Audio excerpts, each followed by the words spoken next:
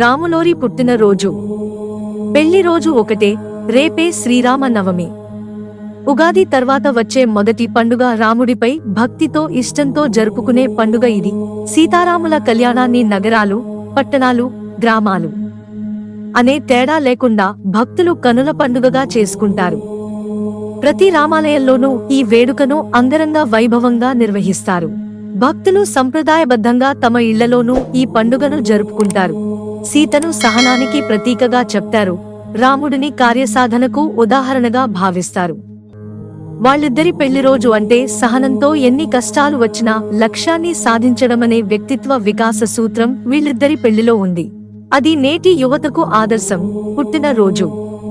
పెళ్లి రోజు ఒకటే, రాముడు చైత్రశుద్ధ నవమి, పునర్వసు నక్షత్రం, కర్కాటక లగ్నంలో అభిజిత్ ముహూర్తంలో జన్మించాడని చెప్తారు. అలాగే 14 ఏళ్లు అరణ్యవాసం చేసి రావణాసురుడిని సంహరించి అయోధ్యకు తిరిగి వచ్చి పట్టాభిషక్తుడయ్యింది. సీతతో రాముడి పెళ్లి జరిగింది అదే రోజని చెప్తారు. అలా 3 సందర్భాలు ఒకటే రోజు కావడం ఈ రోజు ప్రత్యేకత. రాముడి పుట్టినరోజునే సీతారాముల కళ్యాణం జరపడానికి కారణం ఎవరో తెలుసా? కంచర్ల గోపన్న. ఎలా అనుకుంటున్నారా? భద్రాచలం తహసీల్దారుగా రామదాసు, కంచర్ల గోపన్న పనిచేస్తున్నప్పుడు తొలిసారి సీతారాముల కళ్యాణం ఎప్పుడు నిర్వహించాలనే సందేహం వచ్చింది. అప్పుడు రామదాసు తన గురువైన రఘునాథ భట్టాచార్యులు పండితులతో చర్చించి విష్ణువు రాముడిగా భూమి మీద అవతరించిన రోజే కళ్యాణం జరపాలని నిర్ణయించాడు. ఆ రోజు నుంచి ఇప్పటి వరకు అది ఆచారంగా కొనసాగుతోంది.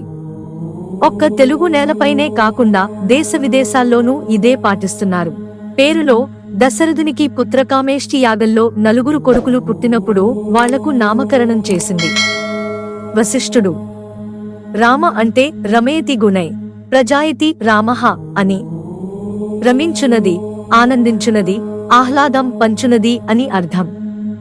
వేదాల ప్రకారం సమస్త ప్రపంచానికి అగ్ని, సూర్యుడు, చంద్రుడు మాత్రమే ఆధారం. రామ శబ్దంలోని రా అంటే అగ్ని, ఆ అంటే సూర్యుడు, మా అంటే చంద్రుడు. అగ్ని వల్ల పాపం, సూర్యుడి వల్ల అజ్ఞానం, చంద్రుడి వల్ల తాపం తొలగిపోతాయని నమ్ముతారు. అందుకే రాముడి పేరు వచ్చేటట్లు ఎంతోమంది రామయ్య, రామకృష్ణ, రమేష్ లాంటి పేర్లు పెట్టుకుంటారు.